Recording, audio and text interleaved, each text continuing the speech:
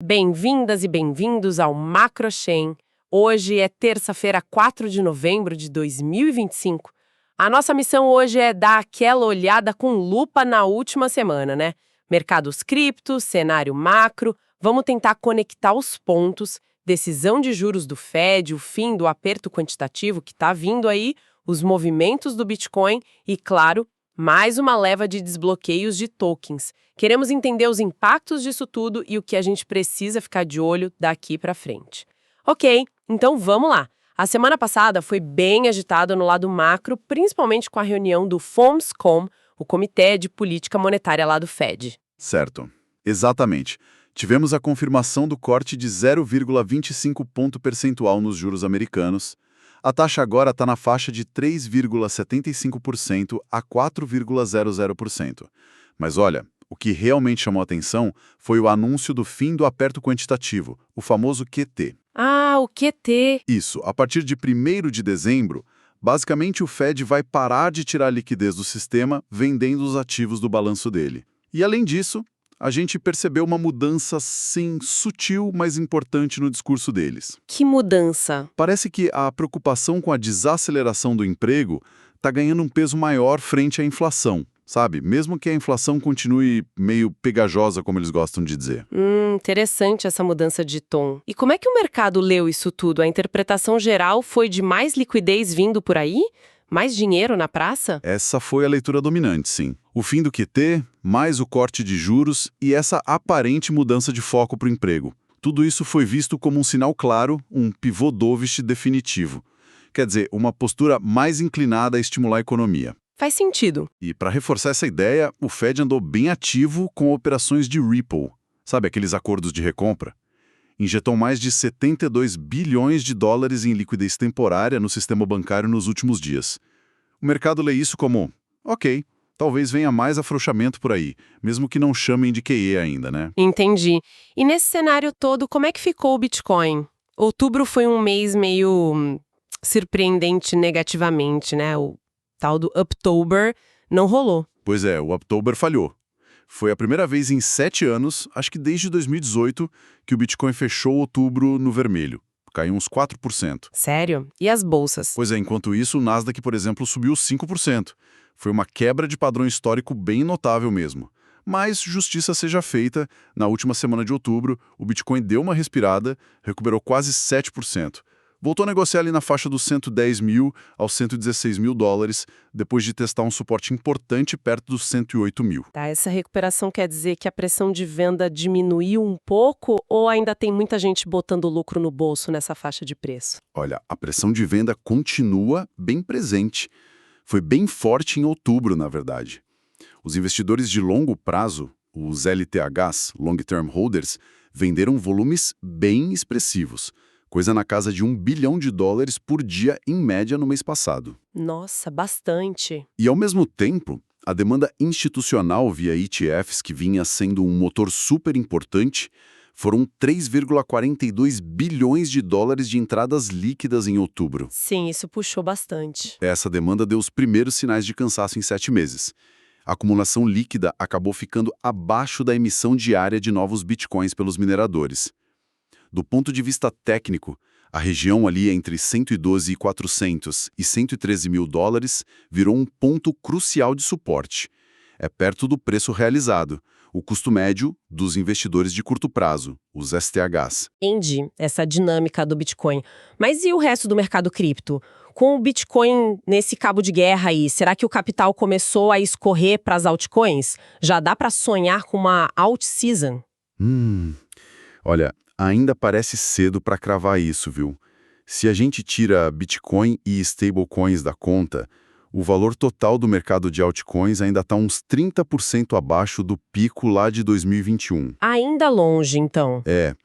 E um dado que chama atenção. Recentemente, a gente viu um aumento expressivo nos depósitos de altcoins em corretoras grandes, tipo Binance, Coinbase. Historicamente, isso costuma ser um sinal mais de intenção de venda no curto prazo, sabe? Do que de compra. Ah, entendi. Pessoal movendo para vender. Exato.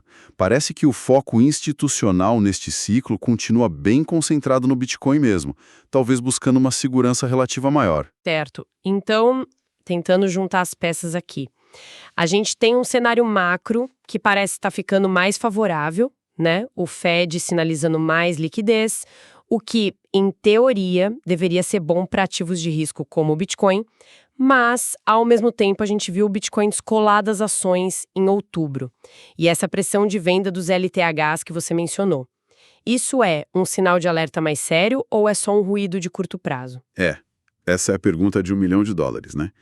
O cenário macro de liquidez está, sim, melhorando. O fim próximo do QT, a postura mais branda do Fed. Historicamente, isso é positivo para ativos de risco. Essa divergência que a gente viu em outubro, entre Bitcoin e Nasdaq, pode ser só isso mesmo, um ruído passageiro. Se a gente olha o histórico, Sim. meses em que o Nasdaq sobe 4% ou mais, o Bitcoin tende a acompanhar com ganhos em cerca de 70% das vezes. Ah, então tem 30% de chance de não acompanhar. Exatamente. Ou seja, em 30% das vezes eles podem andar em direções opostas, como aconteceu agora. Não parece ter uma piora fundamental específica para o Bitcoin vinda do macro neste momento. Mas essa venda forte dos LTHs e a desaceleração dos ETFs não preocupam? Porque, afinal, a narrativa da demanda institucional foi um pilar bem importante para a alta recente, né? Preocupam sim, são pontos de atenção para o curto prazo, sem dúvida. Mostram que a realização de lucro está rolando e que a demanda dos ETFs não é uma linha reta para cima, né? Tem seus altos e baixos. Um estudo recente da K33 Research até apontou um risco de concentração nos fluxos do ETF da BlackRock, o IBIT. Se esses fluxos diminuem muito, o preço pode sentir. Risco de concentração? Exato. Contudo, essa correção recente do Bitcoin de uns 18% desde o pico ainda se encaixa no padrão de pausas que a gente viu em outros ciclos de alta, sabe? Pausas de meio de ciclo. Principalmente porque as condições financeiras gerais, medidas por índices como o NFCI, continuam relativamente frouxas. Isso indica que ainda existe apetite por risco e liquidez no sistema. Entendi. E sobre essa lateralização atual do Bitcoin? Parece meio empacado ali entre 108 mil e 116 mil dólares. Qual a sua leitura dessa faixa de preço? Olha, é uma zona de consolidação bem crítica essa aí. Manter o suporte perto dos 113 mil dólares, ali na região do preço médio dos STHs, é fundamental para manter uma perspectiva positiva no curto prazo. E se perder esse nível? Aí a conversa pode mudar, complicar um pouco. Para cima, as barreiras estão em 116 mil dólares e depois 118 mil dólares. Mas aqui tem um detalhe interessante. A análise do heatmap de liquidações. Aquele mapa que mostra onde estão as ordens de stop, de liquidação. Sim, sei. Ele indica um desequilíbrio. Tem mais posições vendidas, os shorts, do que compradas, os longs. Ah, é? E o que isso significa? Isso cria a possibilidade de um short squeeze, aquele movimento rápido de alta causado pela liquidação forçada dessa galera que está vendida, sabe? Se o preço conseguir romper as resistências, pode acionar isso. E a liquidez para um evento assim parece estar concentrada mais acima, lá na região de 126 mil a 128 mil dólares. Uau, interessante. Bom, olhando então para frente, para essa semana e os próximos dias, o que a gente precisa ficar de olho, tanto no macro quanto no mundo cripto? No macro, a grande expectativa agora gira em torno da divulgação daqueles dados de emprego de setembro e outubro lá nos Estados Unidos. Ah, os que atrasaram por causa da paralisação do governo, né? Exatamente. Esses números vão ter um peso enorme na próxima decisão do Fed sobre juros, que está marcada para 10 de dezembro. O mercado hoje está apostando com 65% de chance num novo corte de 0,25%. Vamos ver. E, claro, observar de perto os efeitos práticos do fim do QT a partir de dezembro na liquidez bancária. Certo. E no universo cripto? Novembro tem a fama de ser um mês historicamente bom para o Bitcoin. Será que vem aí o Upvember para compensar o Uptober que não veio? É verdade. Historicamente, novembro é de fato o mês com o melhor desempenho médio para o Bitcoin. Ganhos médios na casa dos 35%. Nada mal. Nada mal mesmo. Mas Resta saber se a história vai se repetir em 2025, né? Vai ser crucial ver se aquele suporte dos 113 mil segura e se o preço encontra força para romper as resistências. E aquela dinâmica que a gente falou entre a venda dos LTHs e a demanda via ETFs vai continuar ditando o ritmo com certeza. E não dá para esquecer daquela chuva de unlocks de tokens, né? Que parece não dar trégua. Sempre um ponto de atenção para a volatilidade. Exatamente. Mais uma semana cheia pela frente. São mais de 312 milhões de dólares em tokens programados para entrar em circulação. 312 milhões? É bastante coisa. É importante sempre lembrar o que são os unlocks, né?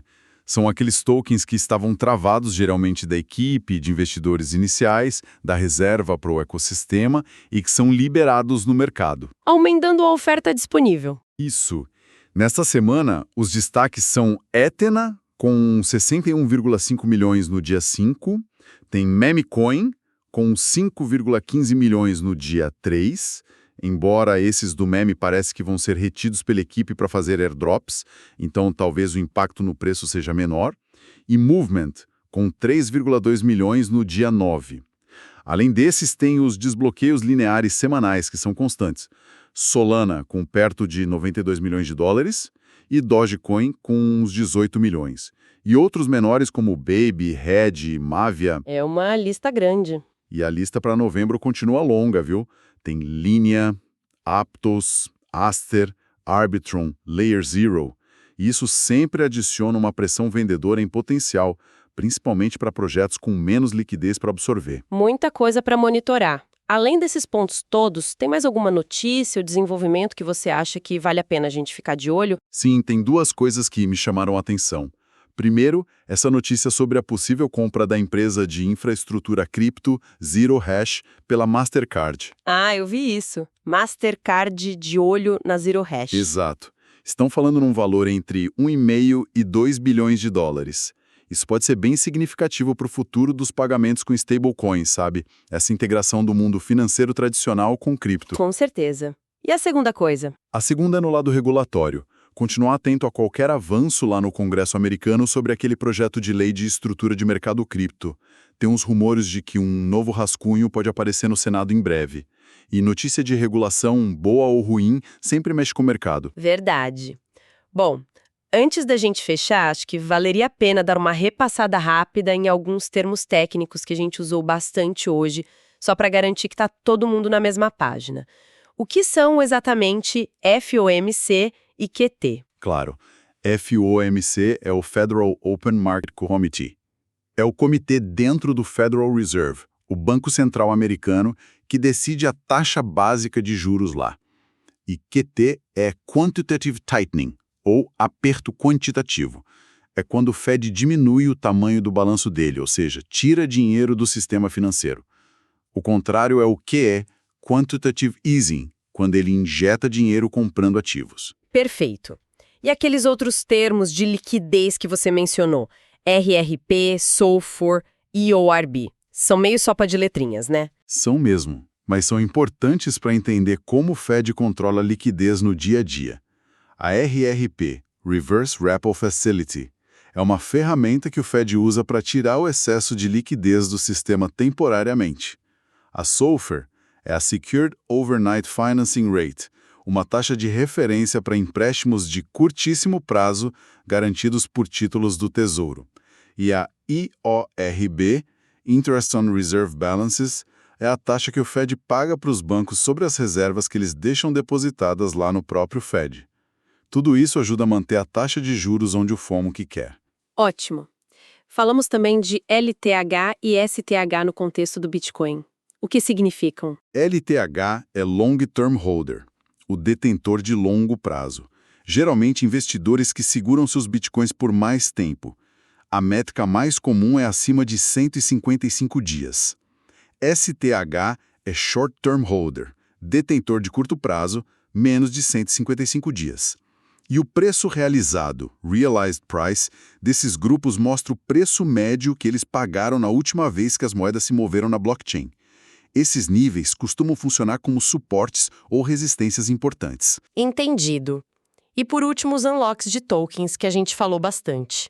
unlocks ou desbloqueios são esses eventos programados em que tokens que estavam travados, de equipe, investidores, tesouraria, são liberados para circular no mercado. Isso aumenta a oferta do token, o que pode pressionar o preço para baixo se não tiver demanda suficiente para absorver essa nova oferta. Por isso a gente sempre fica de olho neles. Excelente resumo. Então, recapitulando nossa conversa, temos o Fed sinalizando uma postura mais branda, vamos dizer assim, cortando juros, planejando encerrar o QT, o que tende a ser positivo para a liquidez global. Por outro lado, o Bitcoin, apesar de um outubro atípico e negativo, mostrou alguma recuperação na última semana, mas ainda está ali, enfrentando resistências e a pressão contínua de venda dos LTHs. A demanda institucional também deu uma freada, e a extensa agenda de desbloqueios de tokens adiciona uma camada de cautela, especialmente para as altcoins. É isso. Exatamente isso. O pano de fundo macroeconômico parece mais favorável para ativos de risco do que alguns meses atrás, sem dúvida. No entanto, o mercado cripto em si apresenta sinais mistos no curto prazo. A grande incógnita é se essa melhora nas condições de liquidez vai ser suficiente para impulsionar uma nova onda de alta, superando essas pressões vendedoras internas, a oferta crescente de tokens e, quem sabe, aproveitando essa sazonalidade historicamente forte de novembro para o Bitcoin. Fica, então, uma provocação final para quem nos acompanha. Com essa crescente tokenização de ativos do mundo real ganhando tração e gigantes financeiros tradicionais como a Mastercard entrando de cabeça no espaço de pagamentos com stablecoins, como isso tudo poderá remodelar não apenas os preços, mas a própria estrutura de competição e interoperabilidade entre diferentes blockchains e sistemas de pagamento nos próximos anos. Parece que essa ponte entre o TradFi e cripto está sendo construída a todo vapor, né?